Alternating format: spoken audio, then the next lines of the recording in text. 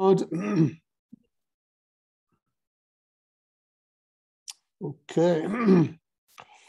share my screen.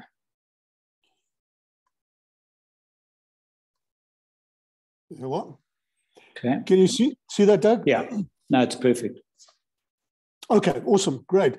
So today we're going to cover how to raise your prices and have your customers agree that it's a good idea, which is quite a promise, but there is a way to move around this. Right? It's always difficult to try to raise your prices without losing clients, and it gives a lot of my clients the heebie-jeebies when I start talking about this. They really feel uncomfortable. But let me show you a couple of things. Firstly, this is part of that 10-point game plan to sell more, sell faster, and with higher prices.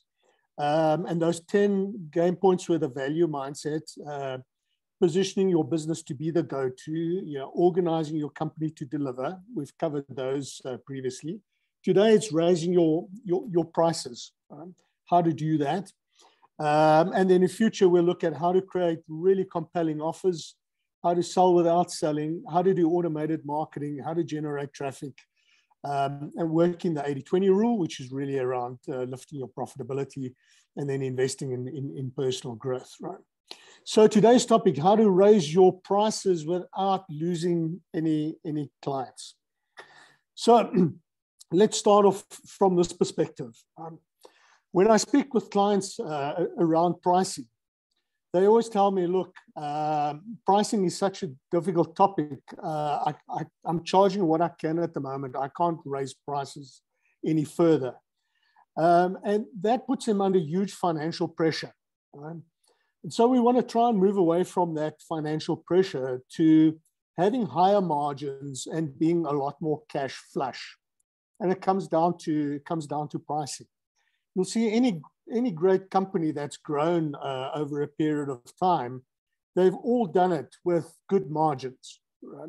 All managed to lift their margins one way or another, which then fills the cash pot, which then gives them the room to invest for growth, make themselves more attractive to their potential clients, which drives more revenue, more profit, and it becomes a virtuous cycle, right? Most small businesses aren't in that virtuous cycle. They're in the opposite, right? They're in a vicious cycle. So price is not high enough. That means there's not enough cash. So they really can't invest in growth, can't attract enough business, don't have enough cash. And, it just spins off and they're trying to survive from month to month. So the problems that we have, first problem is most SMEs underpriced. They are underpriced. And one of the reasons for that is often when the business started out originally, they thought, well, we're the new kid on the block, so we can't really price a lot more. We'll try and go under everybody's price. And as they've grown, they've felt resistance in themselves to lift their prices to much higher levels, right? So underpricing is a very common problem. The second problem is they don't know how to defend prices against competition. So how do you defend against others that come along and give discounts and undercut your pricing? The normal reaction is to then match those prices, which means your margins are cut again, your cash flow is cut again, and you're not making much growth headway. The third thing is they don't know how to sell value. And this is really the name of the game, particularly if you're in a service-based business, but also in certain product businesses. You don't know how to sell value. And so today what we're going to be doing is we're going to be looking at three things. How do we overcome that underpricing problem? Well, we're going to raise your prices, and I'm going to show you how to do that the right way. The second thing then is, how do you defend prices against competition?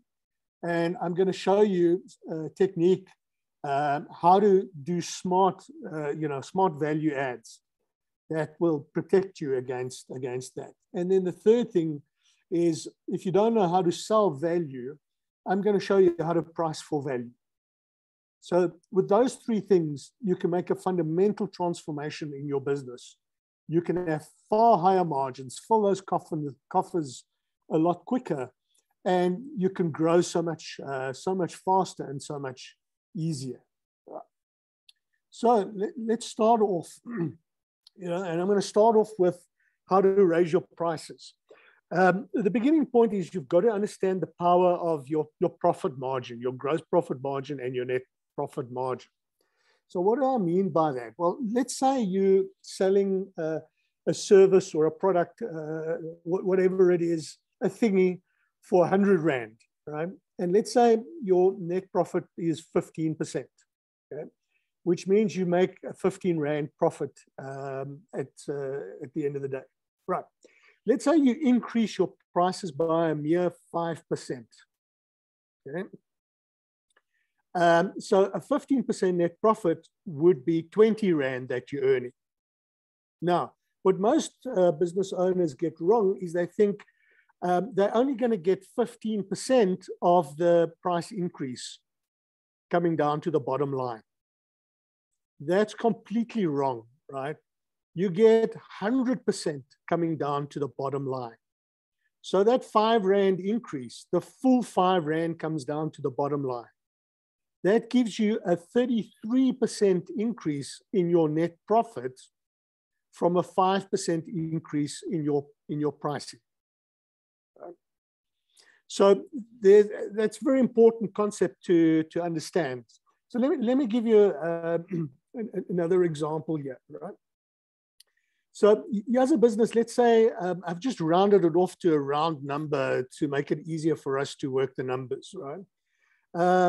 Here's a business with an income of R1 million. It could be 10 million Rand, it could be 100 million Rand, doesn't matter what it is, right? The net profit margin, let's say, is 15%, right?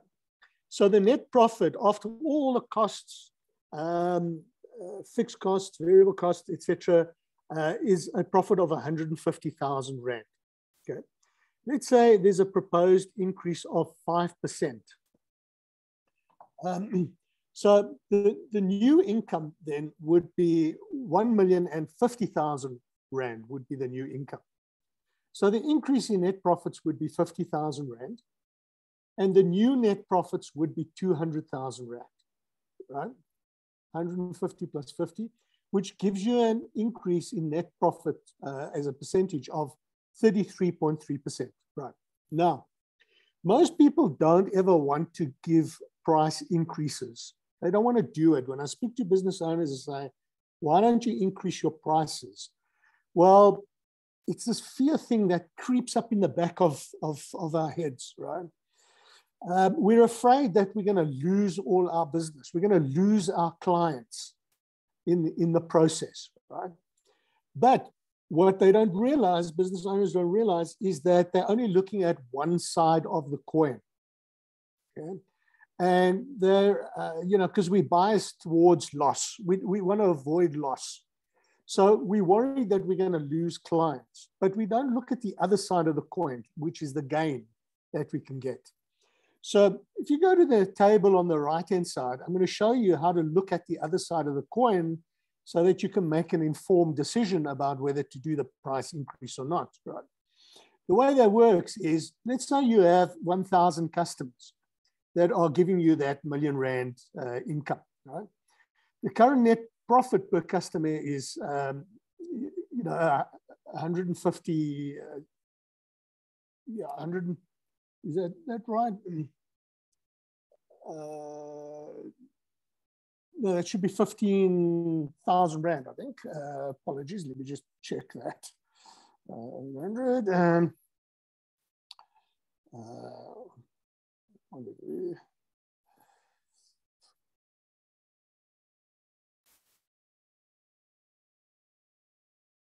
okay, so that should be 15,000, right?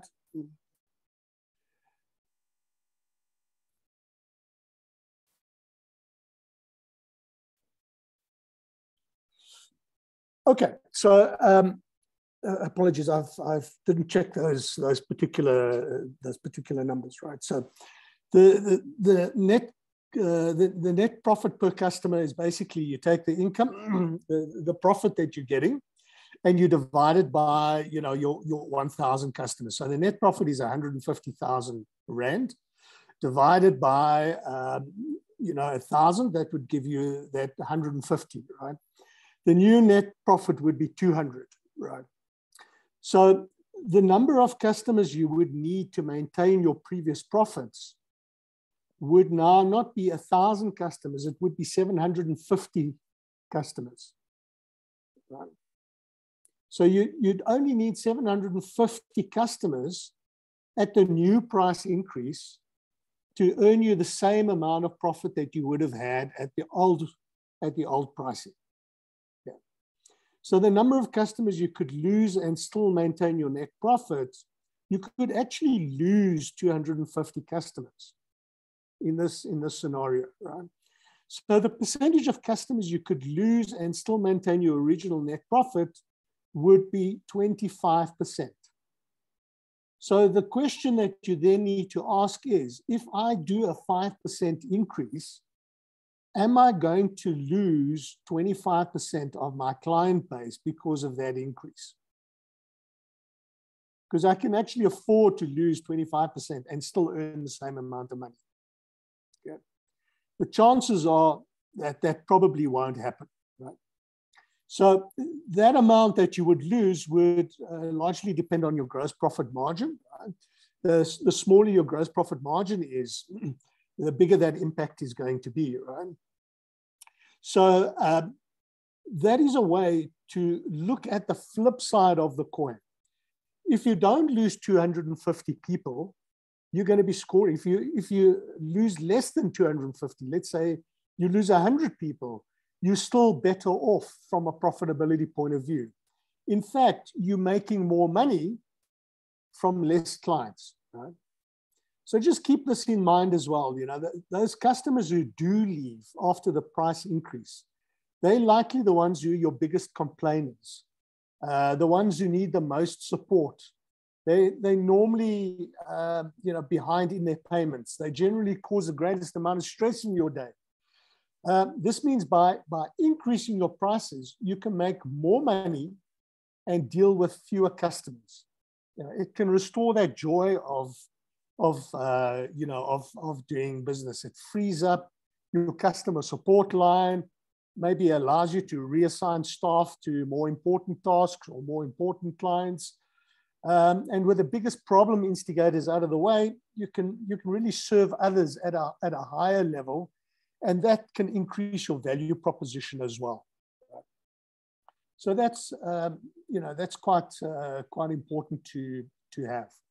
So how do you go about doing this? Well, there are basically 9 steps to do this, right? You don't just go in and say, okay, I'm changing my pricing by 5%. Boom. And then, you just let your clients find out one way or the other and hope it goes down well, right? So this is what you need to do, right? So you start off by identify your competitors, basically, right? Who else is providing the same or similar product or service? It can be time-consuming to do this, but if you know what your competitors are doing and what they're charging, etc., then you can start getting an idea of how your prospects or your clients might react, right? Then next to each name, you then start to define the offerings that they offer. So are they putting any special deals out regularly? Do they have a lot of marketing offers? Go and collect their ads, get onto their mailing list so you can see what they're mailing. Visit them in their stores, walk in their aisles, ask them questions, see how the staff treats you, and take extensive notes of those. And specifically look at things like, what are the prices for their primary products and services? How much do they charge? Often they charge a lot more and not a lot less. How comparable is your product or service to your competitors? Is it easy to compare them? Is it apples to apples, or is yours different to theirs? How do they offer any special deals or inducements to attract customers? Do they provide any value add services that the customer perceives to make the product more valuable? What level of customer support is given? Is there additional cost for delivery if you do delivery type stuff? Do they offer options on payment terms that make it easier for the customer to buy? And then to what extent does their risk reversal include guarantees and warranties? Right?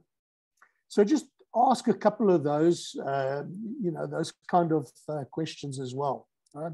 The point of that research is to decide how much information you need to make a wise decision on pricing and to increase the probability of your success. That's all you really do.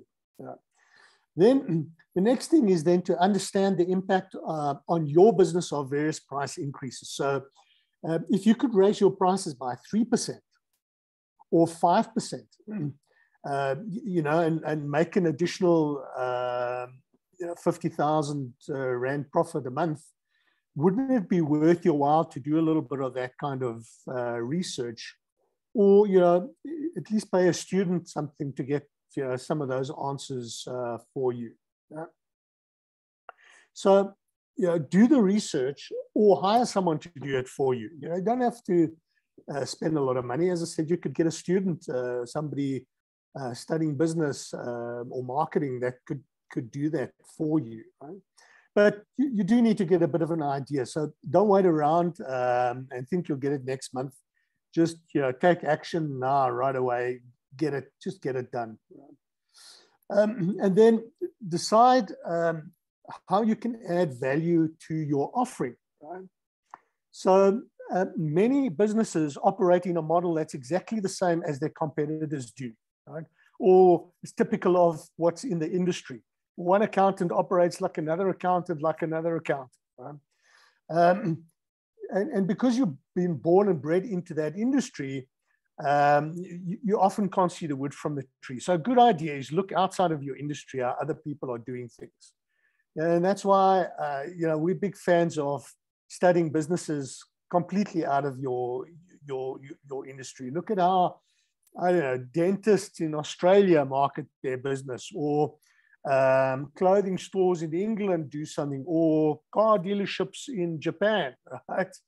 What are the things that they do to add value to the clients, and see if you can apply that. So for example, a Honda dealer in Japan, when people come along, they show their visitors to a table, offering them a menu from small drinks, from a laminated card. People can have iced coffee, tea, cappuccino, variety of sodas, whatever it is. That drink costs them absolutely nothing. But the perception from a client could be quite valuable in terms of the kind of service that they're getting from you. Little value adds can add a lot of value. Right. Then it's important to learn how to articulate the value that you're bringing to the party. You've got to show your prospects not just the product or the service, but actually the full set of value that you're bringing to your prospects. You've got to learn how to show that, and I'm going to show you a little bit of that later as well. And then very importantly, when you communicate your price increase, give people a reason, right, that you have increased your prices. Don't just raise your prices and expect your clients to come in and all of a sudden they lumped with a big increase, right? People will accept a good reason a lot more readily than they would if you don't tell them, anything. Right? Then start to test cautiously, right? Don't just go blanket and change your pricing 10% for everybody. You might look at A clients, B clients, C clients. A clients are your best clients. You don't want to lose them. B clients are okay clients, right? C clients are those energy suckers that never want to pay you anything, etc. Right? So test it maybe with a small group of your A clients first. See how they respond, right? Just run it by them. Have a look at whether that price increase would be accepted to them. Then roll it out to the Bs, and then, you know, maybe to the Cs, right? Okay, and then understand how to leverage your additional profits. So this is an important one. All of a sudden, your cash in your bank account, the profit flows straight into your bank account, right? Don't go and spend that on new BMWs and so on. Think about what percentage of that profit you're going to be putting away for growth. How much of that you're going to be using to pay down debt, etc., to free up your cash flow. So leverage those additional profits so that you get your flywheel turning even faster. Right? Why should you raise your prices? 5 reasons. The one is leverage, right? When you've got more cash, bigger margins give you more cash. More cash enables you to invest more in growth, more marketing, better products, greater offerings, which attracts more clients, which gives you more profit. So it gets that flywheel, you know, that flywheel effect going. Number 2, there's the perception of value. When you're the lowest in the market, don't expect people to think that you're offering a great service, even if you are. But just increasing, just increasing your prices can lead to a perception of better value. Right? And that's why you don't want to compete on price, because it's a difficult position to maintain. There can always be somebody that undercuts you. But if you strive to give value to your customers above and beyond what your competitors are willing to do, then you'll grow your business and you'll attract higher quality customers. And that's one of the big things that you want to do. You want to stay away from the tire kickers who want everything for free, and you want to have those clients who are willing to pay for the value that you add. And so that's another reason why you should raise your prices. And also then you can offer greater value. So just remember this, clients don't shop on price. They shop on value, right? It's when you don't give them anything different to your competitors that they default to price, because they're looking for the best deal. Right? But if you can offer them more value, you'll be able to attract more of the clients who value that. And number 5, it definitely is more money in the bank. Okay, so do your research, and if the numbers support a price increase, then do it. Right? But justify it with a clear and compelling set of reasons. Then use your additional profit that you're getting to build the business of your dreams. There's no faster way to get cash into your business than a price increase. Okay, so guys, we've dealt with the underpricing issue and how to raise your prices. The second challenge that you have is you don't know how to defend your prices against competitors. So you raise your prices, but somebody comes along and undercuts your prices, right? And then you go to default again to the lower price. So how do you defend against that? So this is what smart business owners do. Smart business owners add value to what they sell, and then they increase the price accordingly. So the example that I have is a bundling, a smart bundling option, right? So what bundling is, it's a certain way to add value to your products and services by bundling things together. And when you do this correctly, you can completely eliminate price competition and still maintain your margins. So here's an example. Let's say a home builder. So a home builder typically contracts with certain suppliers that offers them huge volume discounts, like light switches, right? So you get these guys that build these massive complexes that you see all over Johannesburg and other places these days, right? And so they buy a lot of light switches, etc., in volume, right?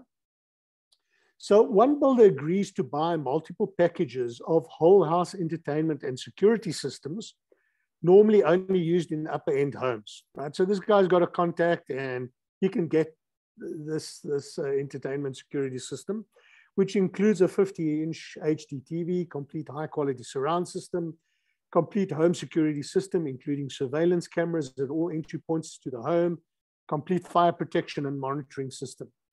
Now, if you had to go buy those things individually and have them installed, it would add up to about 170,000 Rand, right?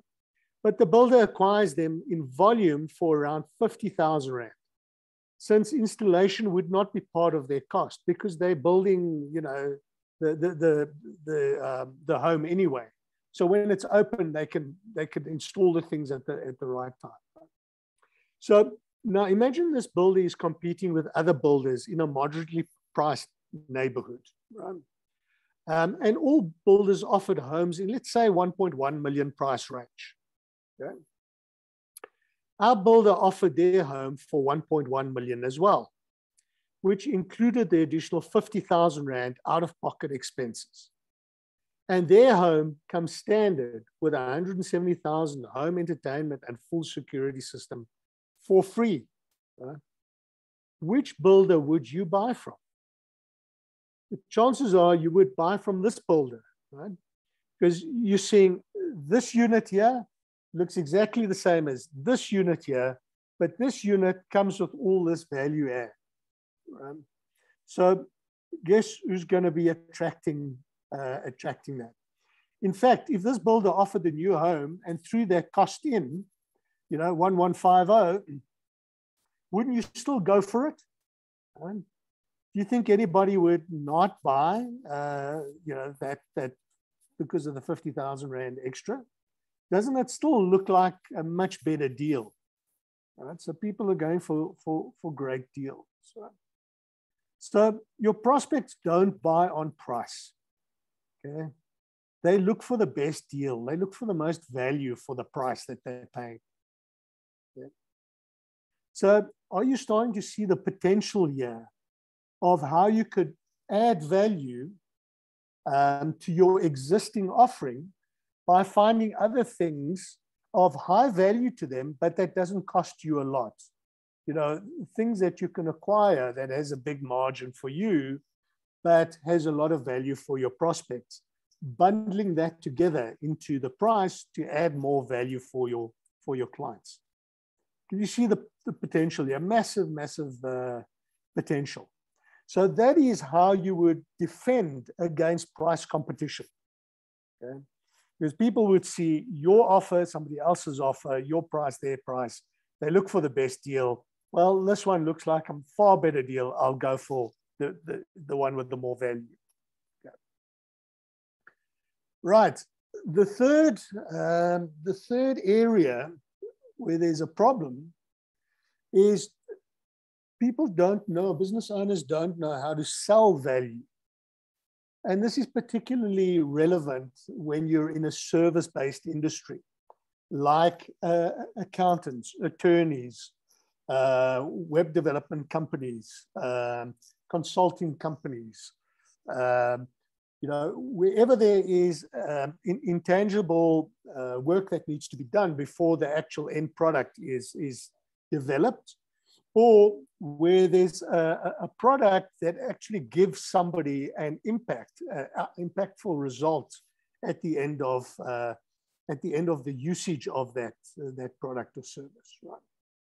So let's talk about how to get more value, how to create value, and how to get paid more for the value that you create, which is called value-based pricing.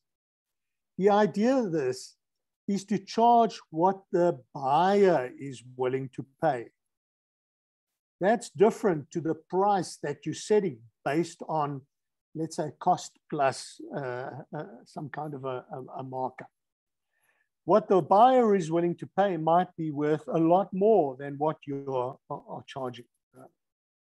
So the more value they receive, the more they'll be willing to pay. So how do you create more value for your clients? So let me give you just a very, very simple example. Let's say there's a plumber. He goes to someone's home. It's to resolve some kind of a plumbing leakage or something, whatever it is, right?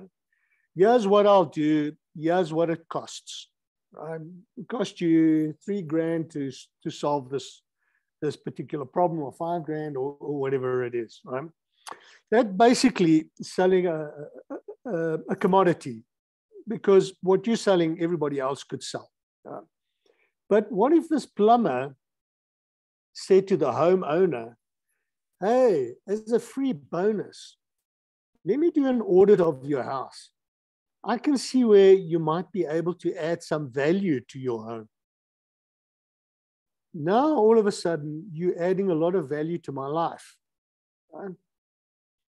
And it's not really costing me a lot to do, but the result of that could be I might find ways to really add value to my home, and I might ask you then to do that, for me. But what if I went a step further? What if I said to you, listen, I know you're selling your house soon. There are a few things you can do to add profit to the bottom line, right? Would you let me show you what that is? Because I believe, you can spend a few bob here and you could make quite a bit of money when you sell the home next month. Right? What's happened here, right, is I've moved from selling a commodity to you to becoming a trusted advisor, somebody that can add value to me in my life. Right? That's a fundamentally different game that I'm starting to play now. So what you've got to understand is that clients want to pay for outcomes or results or a better future. Selling my home for more money, it's a better result, a better outcome, right, than I've got right now. And that requires a massive mindset shift from the seller and some boldness as well, the willingness to ask for the value that you're creating for your prospect, right? When the pain point of your client is big enough, they are willing to pay as much as is needed to get rid of the issue. So if I've had some quotes to sell my home already, and I'm not getting the value that I want, and I know clients like to look at bathrooms and kitchens, and you've just given me a couple of ideas on how to improve the value of those bathrooms at low cost, that would add another 40,000 or 50,000 to my home. Well, maybe I'll just do that because my pain point is big enough. I need X amount of money out from the sale of the home. Right? So how do you go about creating value for your prospects? Well, one of the things that we use is a value table. We look at the problems that the prospects are facing. Let's say this is an accountant, right? And he's selling to a growing business. The pain point that the clients have is valuable selling time is being absorbed by record keeping, right? Prospects are paying too much in tax. Right? They suspect that, wow, I'm paying too much in tax. There's a regular shortage of cash, which is leading to a lot of late payments in that business. There's no plan to achieve healthy finances in the long run. Right? Real pain points for the prospect. Well, what can I do to improve that? Well, I can take the timekeeping. I can do your bookkeeping monthly. I can offer you tax returns. But each one of these things has got value for the client. This is the important part. If I take your bookkeeping monthly off your hands, I can maybe free up 8 hours per month, and you could earn 1,000 Rand an hour selling those hours to your clients, which is an additional 100,000 Rand per year for you. Right? Your tax returns, you could expect a saving of about 50 to 100K. I've looked at it. I think I could get you some tax savings there in that area. Your cash flow, I can offer you cash flow management, 6 1-hour sessions a year. And what we're going to aim at is a 10% improvement, which will add 100,000 Rand to your cash flow. Right? No plan to achieve healthy finances. Well, as a CFO, I can consult you for 2-hour sessions, which we'd aim to lift your net profits from 5% to 10%, adding 500,000 Rand to the bottom line per year. You know, so that's 500,000 Rand, 600,000 Rand, 700,000 Rand, plus 100,000 Rand cash flow fee. What's this worth to you? Right? If I know what the value is that I can create for a prospect, I can start to charge an amount that would capture some of that value, and that would be higher than my standard fee.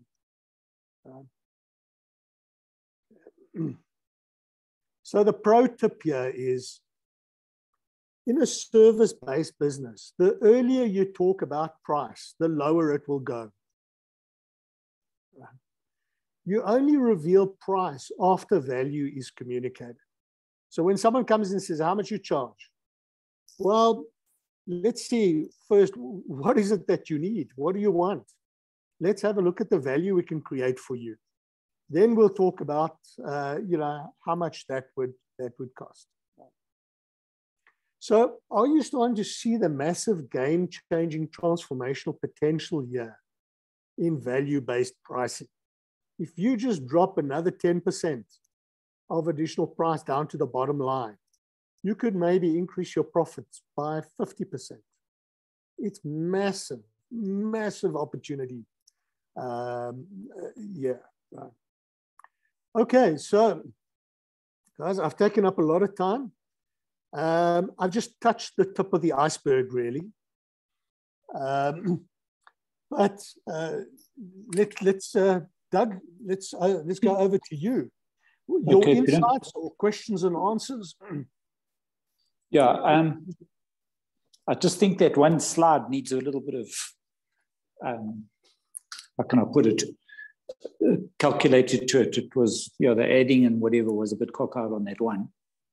That one year ago. Yeah. But yeah, it's right, hey? The whole thing on price, people have got this big fear of price. And I think it needs serious addressing. But I think what you've touched on here, which is quite relevant, is to do your homework first. Don't just, you know, be like a supermarket and just put the price up and blame transport. Yeah, yeah. You know, because that's yes. What everybody does at the moment. They blame the factors, and they're not addressing the supply chain. They're not looking at anything. They just take it for granted. They accept what their suppliers supply them at, and then just that's it. And just pass it on. Do you know what I'm saying? So I think that is one of the areas where price adjustments need a lot of investigating into. And that value side of it, yeah, you got to sit and look at what added value you put in to get the bigger sale than worrying about the little sale. Do you know what I'm trying to say? Absolutely, absolutely. Doug, I think those great insights. You know, the starting point really is have a look at if you could raise your prices by 5% or 10%. What is the impact on your bottom line? First of all, yeah. Right? One of my clients who's in the e-commerce, they're in the e-commerce business. They increased their pricing. Their margins increased by 49% in 1 year. 49%. Sure. And they said to me, if we didn't do this, we would be dead in the water now. Right. So we looked at their pricing. We looked at opportunities to add more value. We looked at how to stock higher value, higher margin products. You know, all those things that affect your pricing. But it's not just been a lifesaver, but it's actually positioned them ahead of the competition because all the other guys haven't done that, and they're all complaining bitterly. Right, their cash flows under huge pressure. So that's one example. Another client of mine, she had a web development company. So in other words, a service business, was charging so low, she was working crazy hours just to make ends meet. We re-looked at her pricing, lifted her prices straight away. She lost some clients. We calculated who she would lose. We looked at that first and said, that's fine because she would have less work to do for more money. She had far too much on her plate for too little money. And so she actually moved on the C-type clients. And today she's got a thriving business because of that. She was nearly on the edge of closing down. That's the 80-20 so rule. Those are just some examples. Absolutely, right. So the name of the game is, if you know the impact of price on your margin, on your profit, right, and you know you can just lift it a bit, the pricing, you can maybe have a massive increase in your cash flow and your profitability. If you know what that impact is, then go and have a look. So how do I do that? Do I do more value adding? How do I add more value to my clients? Or do I just start off, first step, just go through those 9 steps and raise my prices to a suitable level? Second phase then is, how do I add a lot more value to my clients? And then how do I capture some of that value? So you differentiate yourself from your competitors. You add a lot more value to your clients. So when they're comparing apples with a fruit basket, they see a lot more value in a fruit basket than just 3 apples. Exactly. Thank you. We'll take the fruit basket, even if we're paying a little bit more. And that's basically the name of the game there. And also too, I think, don't go into gimmicky stuff. People are not stupid. Yeah, add real value. Yeah, absolutely. Buy 4 tires and get a cap. Oh, sheesh. Yeah, if that's relevant. Yeah. You see lots of that type of stuff, and it just doesn't make sense. Yeah, so you pay an extra 500 Rand a tire and you get a 50 Rand cap for free. Yeah. What's the point? Exactly. Add real value to your prospects. 100%. Okay. No, Peter, I think I think we're covering stuff that is so relevant at the moment. It's you just got to keep working in front and not behind, if you can, if that makes sense. Yes. Is looking ahead all the time instead of behind, eh? Yeah, absolutely. It's about being smart in the way that you do things, right? Know your numbers, know what impact pricing has, look at smart ways to increase value for your clients, so that they pick you and not the competitors. It's just about being astute with how you're managing your business. And it's not rocket science, right? But it does need a little bit of thought and a little bit of effort to make it work.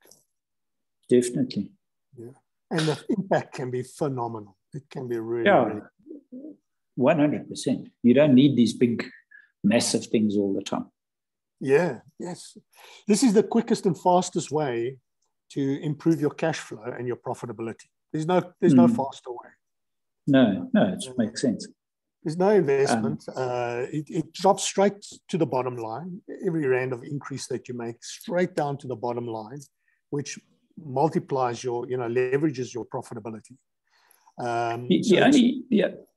Sorry, Peter. The only other thing that comes into this a little bit, especially if you in the retail industry or the selling business, is you've got to make sure you're not led by the nose by your suppliers. The same as your customers are keeping a check on you, you've got to look at your suppliers. I think sometimes we are so busy, we just borrow from certain guys all the time, and don't do research in the market. Can we get the same item the exact same way around? What value are we getting from our suppliers? Exactly. Because, are we getting bulk discounts? Are we getting later payment terms? Are we getting whatever, which we can then use to carry on our side? We're just inclined to go down the same street until something really goes wrong. Then we swap. Yeah, and if you're buying from a lot of places, and maybe if you consolidate it and split it between 1 or 2 suppliers, maybe the higher volume might give you better discounts. That kind of 100%. Yeah. Absolutely, because just like price goes straight down to the bottom line, every Rand of cost saving goes to the bottom line. Also goes to the bottom line. Yeah. Has the same impact, right? So it's very important to do that as well. Definitely. Okay. All right. Okay. Your insights today, Doug. yeah, it's got my brain is like buzzing at the moment, big time. You know, I'm trying. My problem is I watch this and then I'm starting to plan it into a strategy how I'm going to use it. Oh, that's so I need sometimes to take a step back and sort of digest it and then bring it into how I want to use it. Do you know what I'm trying to say? Yeah, absolutely. I'll get a bit of an overload upstairs. but yeah, you know, Peter, none of these things are complicated. Yeah. They make sense. It's just you've got to take that step back and look at it and take emotion out of it and don't think it won't work. Just analyze each thing. And all the things we've covered, all 3 sessions, each one has got stuff that is relevant somewhere in an operation. Absolutely, absolutely. On the value-based pricing, what is critically important, you talk about emotion, is critically important. You've really got to value your own expertise that you're bringing to the party, particularly in a service-based business. If you don't value that, you won't be able to ask for higher value. You know, I remember the very first discussion you and I had, the very first discussion, when I was talking to you about coming into coaching. And you just said to me, don't undersell yourself of what your expertise is. If you believe in it and you've got that, don't undersell yourself, which has really made me think. Because, I spend hours and months and time and whatever, and then you sort of think to yourself, well, geez, I can't charge for that. Well, why can't you? Yeah, what's the value? If you believe what you're saying there, if you're giving that value, why can't you? Yeah, it's like with every business, right? So if I can show you the value of doing these things, and this is going to make you R1 million net profit additional, right? Then why shouldn't I charge 100,000 Rand for that? You know, or why should I charge 20,000 for that? Right? Because I'm giving you the expertise and showing you how to get that result and that outcome. Right? Yeah. So if you don't value your own, your own expertise and so on, if you're saying, well, you know, how can little old me charge that, right? Then you're missing the point. Then you'll never 100%. Be able to price on value, right? Yeah. So create. And I think that's what you've got to work on, is how good you are at what you do when you start talking of what you're charging. Yeah, exactly. It's a mental thing as well. Know the value you're creating. Create great value for your clients, and then be willing to ask for a fair share of that, right? Because it's your expertise that's creating that. Yeah. No, 100%.